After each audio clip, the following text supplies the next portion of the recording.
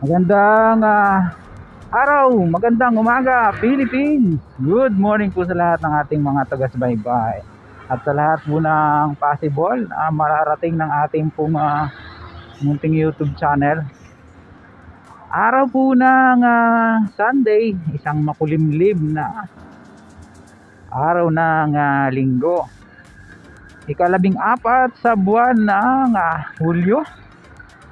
Oras po natin ay alas 8:10 ng umaga. Partikular, nandito po tayo ngayon sa Calamba. At ang tinatahak po natin ito pong kalye na papunta na ang Barangay Puting Lupa. From National Highway, kumaliwa po tayo dyan as usual yung ginagawa po natin, no? Para po ang ating pakay ay bistahin. Yun pong isa sa interchange ng SLEX TR4 na siyang magkukonek naman po dito sa SLEX TR3. Ito pong Santo Tomas interchange. Tiningnan po natin yung pong ating latest update dito ay 2 months ago pa. So medyo ina-expect po natin na malaki-laki yung pagbabago nito. Kahapon bumiyahe tayo ng Batangas, hindi lang natin na-videohan dyan sa SLEX, no? Ay tila po lalagyan na ng mga poste. Makita nyo mamaya, kunan natin siya ng aerial shot kung tayo ipapalarin, no? Yun pong magkabilang column ng gagawing viaduct po ba ang tawag dyan, dito po sa Santo Tomas interchange ng SLEX TR4, yung pong patawid ng Calamba area or papunta po ng Santo Tomas, no? Nakikita mo natin yan maya ng konti.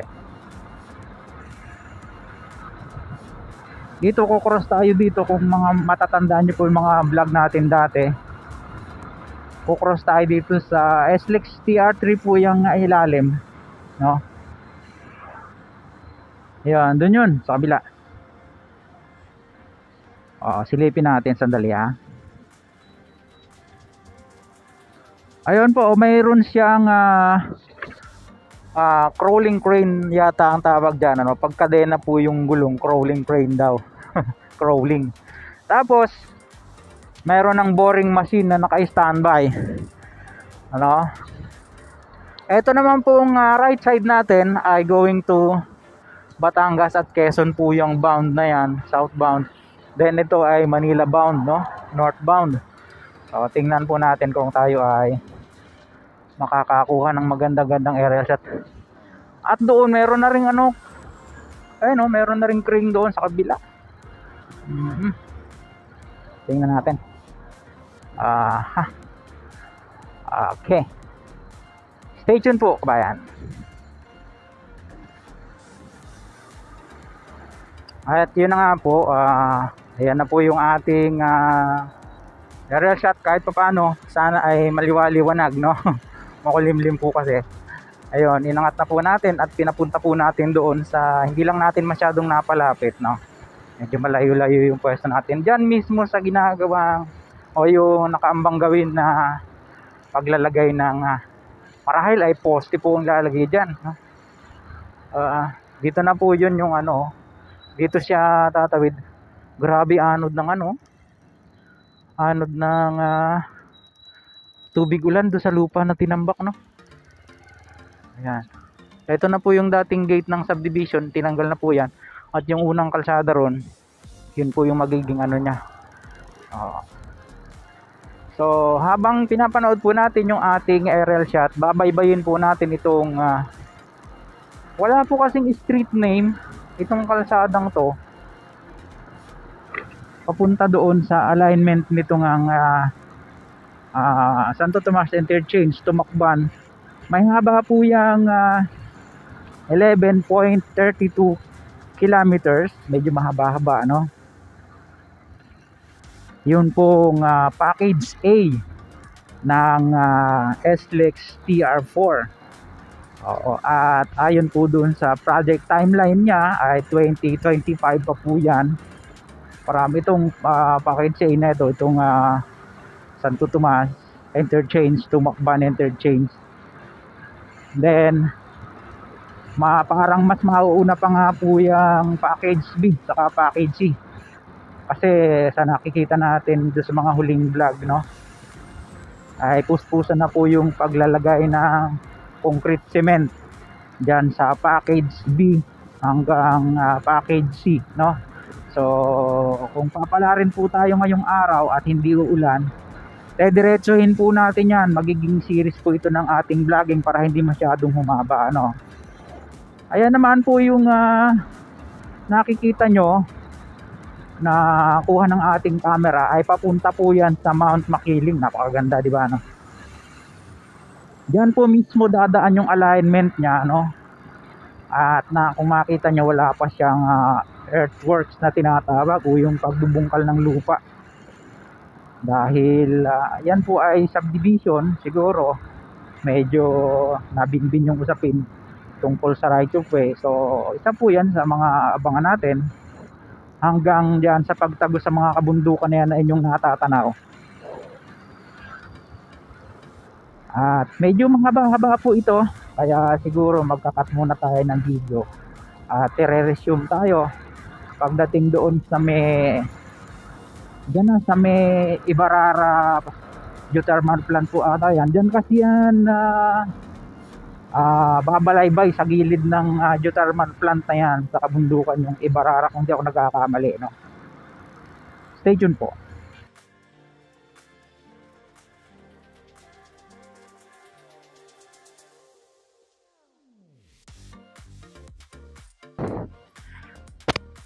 Ayun, nandito na po tayo sa kabundukan. Doon tayo galing kanina. Hindi na ito masyadong natanaw kasi malayo na ito eh. Ito po yung mga board file na nilagay nila nung kamakailan, no? At yan pala ay dudugsong yan sa ginagawa rito. Oo. Ayan na po yung Maibarara geothermal power plant. Ang lakas ang usok niya pag umaga. Ayan. Nakita nyo naman kung saan yung pinaglilikuan natin. Ayan kanina. Ayan. Ayan. Susundan nyo lang po yung daan na yan para hindi kayo maligaw. Dito ang bagsak nyo. Diyan. At dito nga na nga po ito. Ito po yung alignment ng from Santo Tomas hanggang dito sa may Islex TR3, yung interchange dyan. Hanggang dito po hanggang ito po, hanggang Macbanto yung way na to. Pero ito boundary na po ata to ng Calamba sa Santo Tomas, no. Then sabi ni Kuya, yung napagtanungan natin, yung ginagawang box tunnel na yan, dudugsong yan doon sa nakita natin na na may mga board pile doon sa baba. So yung ilalim niyan ay pwedeng daanan ng mga residente rito kasi kalsada talaga to dati eh. So yan, yung mga nagdaraan na yun ng mga tao dyan yan sa ilalim.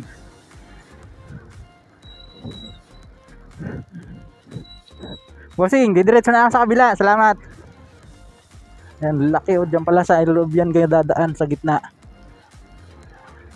Sayang hindi na natin siya nakuhanan ng aerial shot kasi naubos yung isang baterya natin doon. Anyway, may mga former aerial shot naman na nga po tayo dito. Ito na yung kinakabit na culvert nung nakaraan, oh. Tatabunan pala itong lugar na ito, tatabunan, Oo.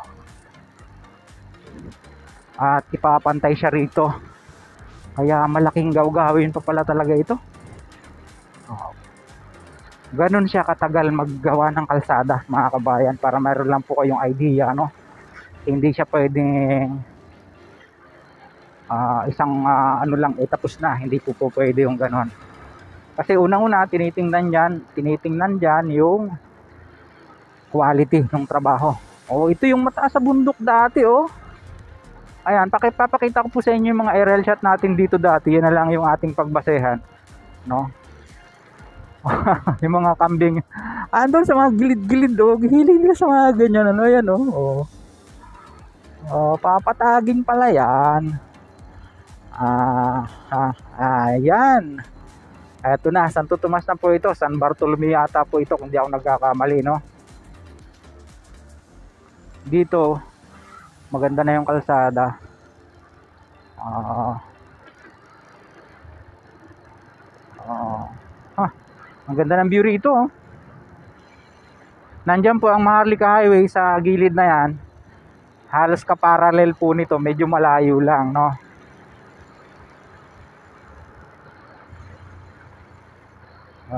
Titingnan natin kung this time makakatuloy tayo hanggang Macban. Tagay nyo, kabayan. Di baling mahaba-haba yung ating video.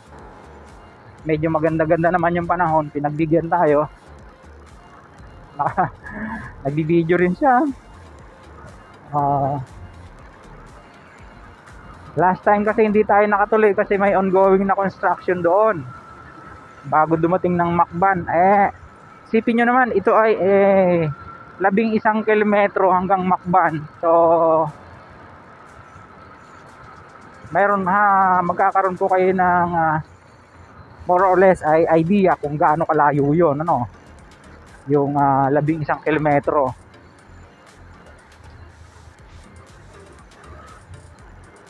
Dito walang masyadong gumagawa. Doon sila na-focus sa paggagawa ng box tunnel.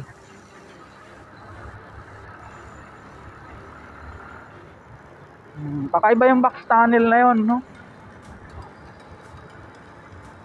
Bubuhusan pa yung itaas nun. At yun na yung magiging pinakang kalsada niya.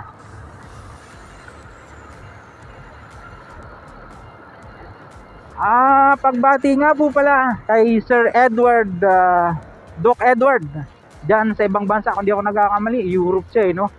Siya po ay isa sa masugid nating taga-subaybay. Lagi po siyang nanonood ng ating mga vlog. Dahil matagal-tagal na raw nga po siya sa abroad, wala na siyang masyadong idea what's really happening here sa ating bansa, no? English yun, sir, ha? Kala nyo, ha?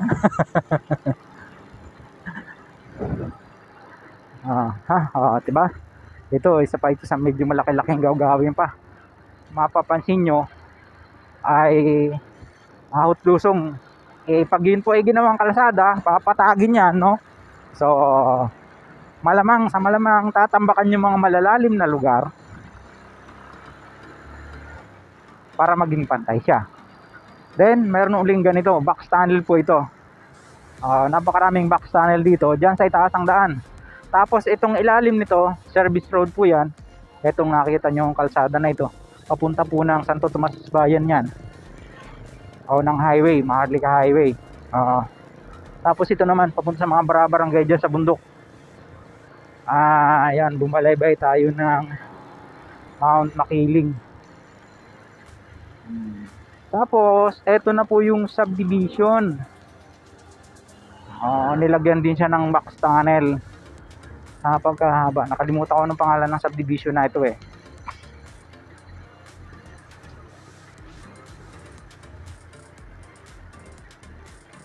Yun ang magiging service road niya, yung box tunnel, para ma-access pa rin yung mga barabarangay kahit po mag-operate na po itong